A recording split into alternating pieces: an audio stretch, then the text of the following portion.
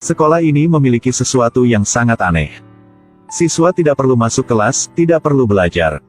Tugasnya cuma cuci muka. Gadis-gadis sehari-hari harus di bawah kamera.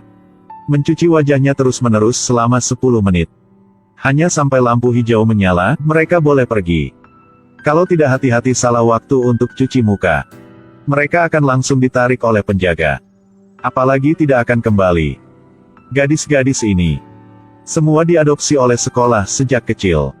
Sipir memberitahu mereka, ini adalah akhir dari dunia luar. Di dalam udara ada racun. Jadi setiap hari harus minum pil vitamin untuk detoksifikasi. Dan setelah setahun, gadis-gadis akan pindah ke lantai yang lebih tinggi. Pada hari mereka pindah ke lantai 16. Sipir memberitahu mereka bahwa kursus sudah selesai. Orang kaya akan segera datang dan mengadopsi mereka. Semoga sehari menyenangkan tanpa polusi. Semua orang sangat bersemangat. Terutama Anna. Karena dia gadis paling ulung di kelasnya. Tapi temannya yang Lei sangat khawatir. Diam-diam memberitahu padanya, jangan minum pil vitamin malam ini. Sangat cepat waktu minum obat telah tiba. Semua orang terkejut menemukan pil hari ini berwarna biru. Anna agak skeptis. Jadi taruh pil di depan kamera.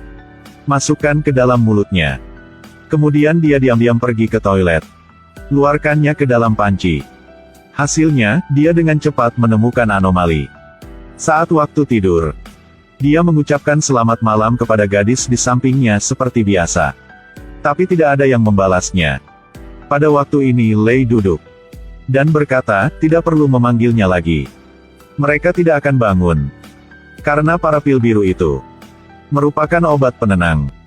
Saat ini, ada suara langkah kaki di lorong. Lei segera berlari ke tempat tidur. Hanya melihat sipir memimpin penjaga ke dalam asrama. Anna pura-pura tidur dan bawa pergi gadis lain. Mereka dibawa ke ruang tunggu. Setelah itu, sipir memimpin pasangan parubaya masuk. Memulai proses seperti membeli barang. Pelanggan pria terus-menerus memuji Anna karena cantik.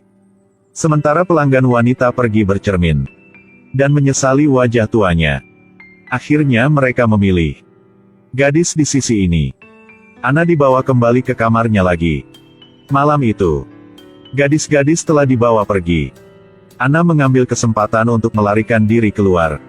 Tapi menemukan semua pintu sudah dikunci. Dia mendengar suara sipir dan sang pelanggan sedang bernegosiasi. Akhirnya dia pahami. Awalnya orang-orang ini bukan mengadopsi mereka, tapi datang untuk membelinya. Dia dengan cepat mengatakan ini pada Anna. Dia ingin melarikan diri dari sini. Tak terduga, Lei menemukan sesuatu yang lebih mengerikan. Kelompok-kelompok orang berusia 16 tahun ini berbaris bersama di bawah pengawasan kamera. Keluarkan satu pil biru. Tapi gadis ini ke toilet diam-diam, meludahkannya. Karena itu obat penenang. Setiap malam akan ada gadis yang sedang tidur, diam-diam dibawa pergi oleh penjaga untuk dipilih orang kaya. Temannya Lei berkata, dia sudah berhenti minum obat itu sejak usia 13 tahun. Dia menemukan, setiap orang harus tidur 21 jam sehari. Dan total dalam sekolah ini ada 4 tingkat. Saat mereka tidur, tingkat lain akan bangun. Keluar untuk makan, minum obat, lalu tidur. Chenu Fai Maluan Pin. Setiap hari ada waktu yang semua cewek akan tidur. Ini adalah kesempatan terbaik mereka untuk kabur. Tetapi mereka harus memiliki kartu akses terlebih dahulu. Tepat pada tanggal ini, dokter perlu memvaksinasi semua orang. Anna mengetahui bahwa dokter itu adalah orang yang baik. Dia berkata bahwa tidak pasti bisa bantu mereka. Tapi sebelum dia dapat berkata, seorang gadis tiba-tiba berbaring di tanah kejang-kejang. Dan di lengan semua orang ada memar yang mengerikan. Anna menemukan dokter lagi. Ingin menanyakan sesuatu. Tapi dia tidak hati-hati jadi terungkap bahwa dia sendiri tidak minum obat penenang. Dia telah beritahunya dengan dokter yang baik hati ini. Setelah itu, dia segera diberi minum pil penenang yang berat. Lanjutnya, Anna dimasukkan ke dalam sangkar oleh sipir. Ternyata dokter dan sipir ini adalah anggota keluarga. Dan orang di belakang semua yang terjadi adalah dokter. Sekarang, Lei telah menyusun rencana pelarian. Dia mengambil tali dari spray. Lalu berpura-pura tidur. Tunggu sampai penjaga masuk. Lalu menggunakan tali mencekik lehernya dengan erat-erat. Cekik leher. Berhasil mengambil darinya kartu akses. Dia segera menyelamatkan Ana. Tapi sekarang bel peringatan telah berbunyi. Lei tinggalkan kata-kata. Percayalah padaku. Lalu buru-buru pergi. Pada hari kedua, Ana dilepaskan keluar. Dan Lei ditangkap. Tapi kartu akses tidak ada di tubuhnya. Sang dokter sangat marah. Menyuruh sipir bahwa dia sendiri harus berikan setiap orang minum. Mengantuk akan datang. Ana menusuk tangannya dengan jepit rambut. Berusaha untuk tetap terjaga. Saat koma, dia tidak sengaja menyentuh kepala tempat tidur. Kemudian telah menemukan kartu akses. Ternyata Lei meninggalkan kesempatan untuk kabur untuknya.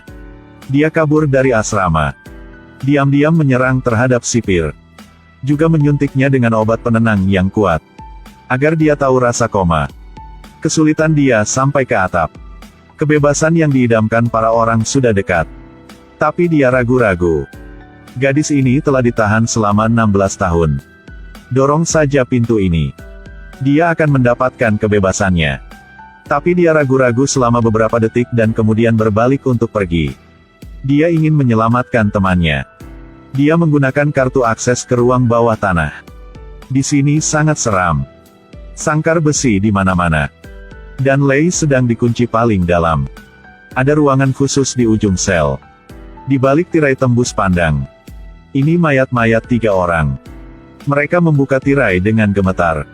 Adegan di depan mereka membuat mereka sangat ketakutan. Itu gadis yang dibawa pergi tadi. Tapi wajahnya sudah rusak. Ternyata ini bukan panti asuhan. Tapi ini tempat untuk mengubah penampilan agar orang kaya tetap awet muda dan tidak menjadi tua. Vaksin yang mereka terima. Nyatanya, cocok untuk orang muda kaya. Rasa takut cepat menyebar. Ana ingin segera pergi. Tapi Lei berniat menyelamatkan semua gadis. Dia membangunkan para gadis dengan kartu akses. Tapi hal yang mengejek bahwa mereka dicuci otak setiap hari. Gadis-gadis itu tidak hanya tidak percaya Lei, tapi juga ingin memberitahu penjaga. Saat ini, Ana menarik sipir yang koma ke sini. Menjambak sebagian rambutnya. Sebuah jahitan mengerikan muncul. Dia juga telah mengubah wajahnya. Akhirnya para orang ini sudah percaya. Kebenaran yang mengerikan ini. Bersama-sama mereka memasukkan sipir ke dalam sangkar. Lalu mereka pergi ke atap. Ada seorang gadis yang tidak sabaran. Sudah membuka pintu. Sirine berbunyi secara tak terduga. Gema di seluruh gedung. Mereka takut dan lari.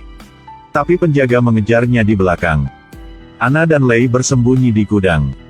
Saat ini dokter sudah lewat sini. Terus menipu mereka dengan kebohongan.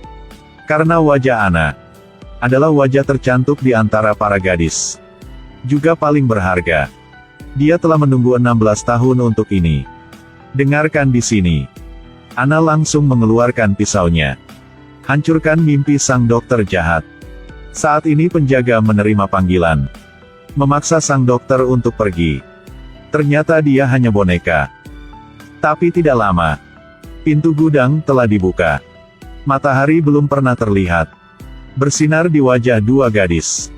Mereka akhirnya diselamatkan. Ini adalah film level 16. Latar belakang dari Escape from the Clone Island. Hampir sama keduanya. Ganti wajah, ganti organ. Latar belakang samanya adalah kiamat. Sangat mudah untuk cuci otak para gadis ini. Biarkanlah mereka menunggu kematiannya. Tapi bukan sama seperti cerita dalam film ini. Yang terjadi dengan sekelompok gadis muda, membuat orang bergidik. Sekolah ini memiliki sesuatu yang sangat aneh. Siswa tidak perlu masuk kelas, tidak perlu belajar. Tugasnya cuma